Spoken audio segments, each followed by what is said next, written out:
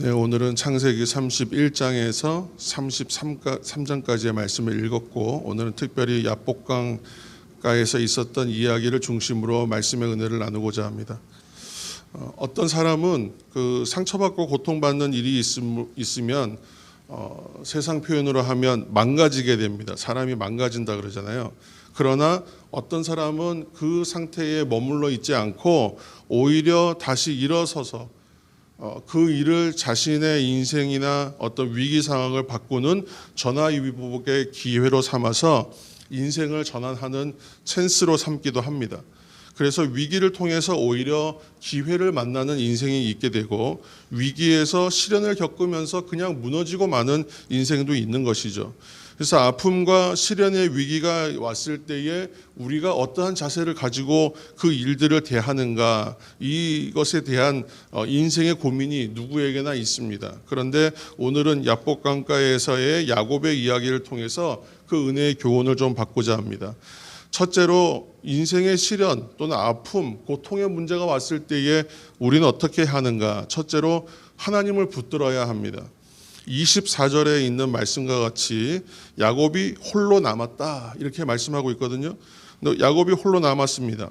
에서의 군대가 몰려오는 상황 속에서 야곱이 홀로 남습니다. 사랑하는 아내도 자녀들도 친구도 그동안 모은 큰 재산도 전혀 자신에게 자신을 보호해 준다거나 자신의 상황을 바꾸어 줄 수 있는 조건이 전혀 되지 못합니다. 홀로 남은 상황이죠. 우리도 인생을 살다 보면 마치 홀로 남은 것 같은 아픔을 경험할 때가 있습니다. 비록 사랑하는 가족, 친구 다 있죠. 그리고 열심히 모아둔 나의 재산도 있습니다만 그것이 내 고민과 아픔을 대신할 수도 없고 내 고민과 아픔을 해결해 줄 수도 없다는 것을 그 순간만은 알게 됩니다. 지금껏 내 몸에 붙어 있었고 내 인생을 다 책임져 줄 것 같은 모든 조건들이 전혀 도움이 되지 않는다는 것을 깨닫는 것입니다. 고통의 순간은 철저하게 홀로일 수밖에 없는 것이고, 그런 때가 우리 인생에는 늘 다가온다는 것입니다. 그때 전적으로 하나님만 의지할 줄 아는 사람, 그때 하나님을 의지하는 사람은 정말 복 있는 사람입니다. 사람들은 대부분 끝까지 자신만의 포기하지 못하는 마지막 수단들이 있기 마련입니다. 그래서 거기에 계속 자신의 인생과 자기의 어떤 그 가능성들을 걸고 포기하지 못하고 매달리는 것이 보통 사람의 모습이죠. 야곱은 24절 하반절에 말씀하는 것과 같이 날이 새도록 씨름하고 있었습니다. 25절에는 날이 새도록 씨름하다가 하나님의 사자가 자기가 야곱을 이기지 못함을 보고 허벅지 관절을 쳤다, 그래서 깨트렸다 이렇게 얘기하고 있고, 26절에는 야곱이 허벅지 관절이 깨졌음에도 불구하고 하나님의 사자를 놓아주지 않으니까 제발 좀 나를 좀 놓고 가라 이렇게 애원하는 모습을 볼 수 있죠. 그때 야곱이 이렇게 말합니다. 야곱이 이르되 당신이 내게 축복하지 아니하면 가게 하지 아니하겠나이다. 야곱은 자기 인생에서 최대의 위기를 만났고 가장 큰 아픔을 만났을 때에 아무도 도와줄 수 없는 홀로 남은 상황이죠. 이 상황 속에서 하는 일이 뭐냐면 오직 하나님을 철저하게 붙드는 것. 절대로 포기하지 않고 놓아주지도 않고 매달리는 상황이지 않습니까? 이거 놓치면 내가 정말 여기서 이제 끝이겠구나 하는 절박한 심정으로 밤새도록 씨름하며 붙들었습니다. 허벅지 관절이 모두 깨지는 고통 속에서도 붙잡고 놓지를 않습니다. 야곱과 같이 우리 인생에서 최대의 위기를 만나고 큰 아픔의 문제를 당했을 때에 아무도 홀로 있는 나를 도와줄 수 있는 상황이 아니라고 여겨지는 절박한 상황일 때 하나님을 철저하게 붙드는 믿음의 사람은 복이 있다는 것을 여러분 반드시 기억하시기 바랍니다. 이때에 하나님을 붙드는 사람, 그 사람들이 믿음의 성도들입니다. 본래 야곱이라는 이름 자체가 그가 태어날 때의 모습 때문에 붙여진 이름이죠. 창세기 25장 26절 보면 야곱이 태어날 때에 쌍둥이 형 에서의 뒤꿈치, 발꿈치를 잡았다 이렇게 말하고 있습니다. 그래서 이름을 야곱이라고 한 것이에요. 그래서 이 야곱의 이름은 발 뒤꿈치를 붙잡은 자, 그런 표현이지 않습니까? 이처럼 야곱은 사람을 붙잡고 사는 인생이었습니다. 자기가 갖고 싶은 것, 자기가 얻고 싶은 것 이거 있으면 그 사람을 붙잡는 인생이었어요. 사람의 방법과 수단을 얻고자 했습니다. 어머니 리브가를 붙잡고 살았고 형 에서의 발 뒤꿈치를 잡고 살았으며 또 삼촌 라반을 붙잡고 살았던 그런 사람입니다. 그리고 나아가서 그것을 자신의 것으로 만들고자 빼앗으려 했고, 야곱은 그런 면에서 보면 사람 바라보는 사람, 사람을 의지한 사람, 사람과 씨름하며 살던 사람입니다. 그런데 그의 이름이 오늘 야복 강가에서 운명과 함께 바뀝니다. 하나님께서 그의 이름을 바꿔주시는 것이죠. 바로 이스라엘입니다. 창세기 32장 28절을 보면 내 이름을 다시는 야곱이라 부를 것이 아니요 이스라엘이라 부를 것이니 이는 내가 하나님과 사람으로 더불어 겨루어 이기었음이니라 하고 이렇게 되어 있는 것이에요. 하나님과 싸워서 이겼다는 것입니다. 하나님과 싸워 이기었다는 그런 뜻의 말입니다. 이때 이스라엘이라는 이름은 하나님을 붙잡은 사람, 하나님을 붙잡는 인생이 되었다라는 의미가 되는 것이죠.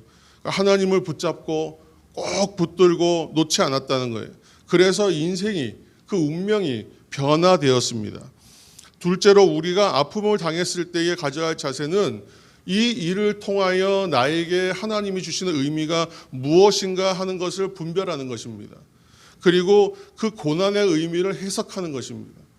그리고 나서 하나님이 주시는 은혜로 깨닫는 은혜가 있어야 합니다. 신앙생활에 있어서 깨닫는 것은 주로 지혜의 영역이죠. 그래서 오늘 말씀 중에 야곱은 브니엘이라는 이름을 거기다가 붙입니다. 곧 하나님을 대면하여 보았다. 이것은 브니엘이란 말이 두 개의 얼굴을 말하는 거예요. 두 개의 얼굴이 서로 이렇게 맞닿는 것을 말하는 거예요. 그러니까 이전에 삼촌 집으로 달아나던 길에 하나님을 만났을 때에는 그곳의 이름을 뭐라고 했냐면 내가 하나님의 집이구나, 여기가 하나님이 계시는구나, 그렇게 해서 베델 이렇게 이름했었죠. 이번에는 하나님의 얼굴을 이제 만나면서 또 브니엘 이렇게 의미를 부여하고 이름을 짓습니다.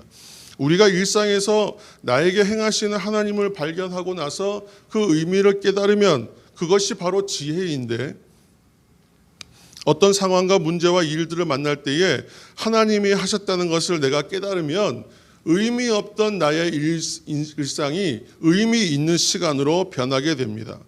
그 인생이 바뀌고 새롭게 되는 전환점을 그 순간 우리가 만나게 되는 것입니다.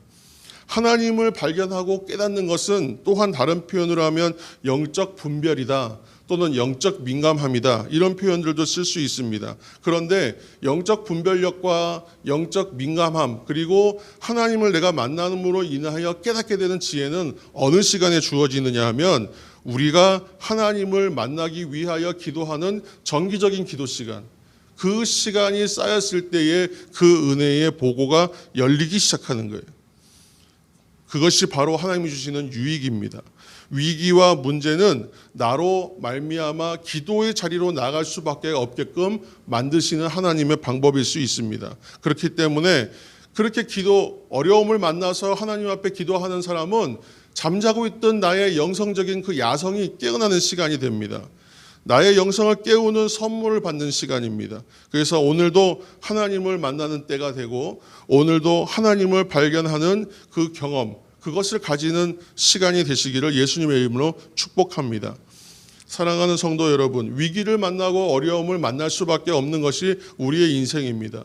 고난을 만나고 상처받는 일들이 비일비재한 것이 오늘 현대의 삶입니다. 그렇지만 사람들은 통상적으로 다 주저앉고 그 자리에 머물러 있고 좌절하는 것이 일반적이고, 드라마를 보면 술독에 빠져가지고 뭔가 방황하는 모습들을 우리가 보지 않습니까? 그렇지만 하나님의 사람들은 이때가 오히려 하나님께서 나의 잠자고 있던 영성을 깨우기 위한 시간으로, 나에게 의지하는 자가 복이 있다는 것을 보여주는 찬스의 시간으로 하나님이 반드시 사용하신다는 것입니다.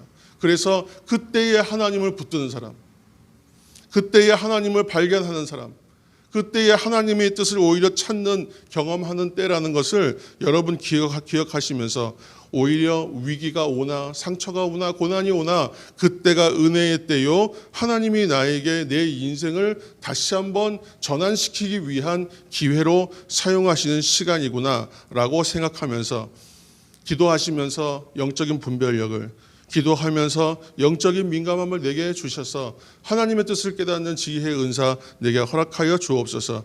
그렇게 하나님을 만나시고 하나님이 주시는 은혜를 체험하고 하나님을 체험하는 오늘 하루가 되시기를 예수님의 이름으로 축복합니다. 우리가 함께 이 시간 기도하시겠습니다. 함께 기도하며 나아갈 때에 주님 역사하여 주셔서 나의 영적인 민감함으로 또 양적 분별력을 나에게 허락하여 주시고 잠자고 있던 나의 영성을 깨우셔서 하나님께서 내 일상 가운데 일하시고 역사하시는 하나님을 발견하게 하시고 하나님의 뜻을 발견하는 오늘 하루가 되어 아버지 하나님의 뜻을 이 땅에서 이루어내는 오늘 하루 되게 하여 주옵소서. 하나님 나를 만나주시고 나를 만져 주옵소서. 이 시간 간절한 마음으로 기도하며 통성으로 기도하며 나아가시겠습니다. 하나님 역사하여 주옵소서. 하나님 일하여 주옵소서. 오늘 이 새벽도 피곤하고 아버지 하나님 누워있을 수밖에 없는 인생을 이렇게 깨워서 하나님의 자리로 불러주시고 말씀을 읽게 하시고 또한 야복강가의 야곱을 바라보면서 오직 오늘 나에게 말씀하신 하나님의 음성을 듣게 하시니 감사합니다. 잠자고 있는 우리의 야성을 다 깨워주시고 이 영성적인 아버지 하나님 깨워주셔서 하나님 앞에 나아가 기도하며 하나님이 이 땅을 향하여 오늘도 우리를 향하여 오시는 그 은혜를 발견하고 그 뜻을 발견하고 아버지 하나님 그 뜻과 말씀대로 살아내는 은혜로 살 수 있도록 하나님 우리를 다스리시고 주장하여 주옵소서. 아버지 하나님 우리가 여전히 무엇을 해야 하는가, 오늘 내가 감당해야 할 일이 무엇인가에 대하여 우리는 여전히 알지 못하고 하루를 시작합니다. 그러나 말씀으로 나를 부르시고 기도의 자리로 나를 불러주셔서 나를 깨워주시고 일으키시는 하나님께서 깨닫게 하실 줄 믿습니다. 알게 하실 줄로 믿습니다.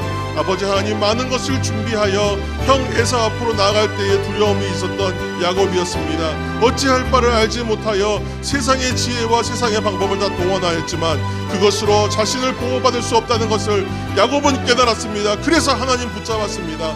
우리도 하나님 이 땅에 있는 수단과 방법들이 있지만 아버지 하나님 그러나 내가 하나님 붙잡을 수밖에 없다는 것을 오늘 이 새벽 깨닫게 하여 주셔서 아버지 하나님 세상의 방법이 아니라 하나님의 방법으로 살게 하시고 아버지 세상에 있는 조건이 아니라 하나님의 조건을 붙잡을 수 있도록 하나님 나의 눈을 열어주시고 아버지 나의 지혜로 열어주옵소서. 주님 인도하여 주옵소서. 주님 깨워 주옵소서. 주님 도와 주옵소서. 주님 인도하여 주옵소서. 사랑의 하나님 이 새벽 우리를 깨워주셔서 세상의 방법이 아니라 하나님 의지하게끔 다시 한번 우리의 마음과 생각을 열어주시니 감사합니다. 세상의 방법과 수단이 아니라 하나님의 방법과 수단을 붙잡게 하시니 감사합니다. 그것을 깨닫고 그것을 아는 자 복이 있다 하셨고 그것을 깨닫는 것이 곧 지혜인 줄로 믿습니다. 우리에게 늘 아버지 영적인 민감함과 영적인 분별력을 허락하여 주셔서 아버지 하나님 깨닫는 지혜의 은사, 지혜의 능력으로 이 땅 살게 하여 주시고 그때마다 발견하게 하시옵소서. 하나님 나를 향해 역사하시고 하나님 나를 향하여 베풀고 계신다는 것을 발견하면서 하나님의 방법과 하나님의 수단을 붙잡는 인생이 되게 하여 주셔서 이 땅에서 승리하는 하나님의 나라를 이루어가는 하나님의 뜻을 발견해내고 우리가 완성해가는 하나님의 사람들로 오늘 하루도 힘있게 살 수 있게 도와주옵소서. 감사합니다. 예수님의 이름으로 기도드리옵나이다. 아멘. 주기도문으로 함께 기도하시겠습니다. 하늘에 계신 우리 아버지, 아버지의 이름을 거룩하게 하시며 아버지의 나라가 오게 하시며 아버지의 뜻이 하늘에서와 같이 땅에서도 이루어지게 하소서. 오늘 우리에게 일용할 양식을 주시고 우리가 우리에게 잘못한 사람을 용서하여 준 것 같이 우리 죄를 용서하여 주시고 우리를 시험에 빠지지 않게 하시고 악에서 구하소서. 나라와 권능과 영광이 영원히 아버지의 것입니다. 아멘.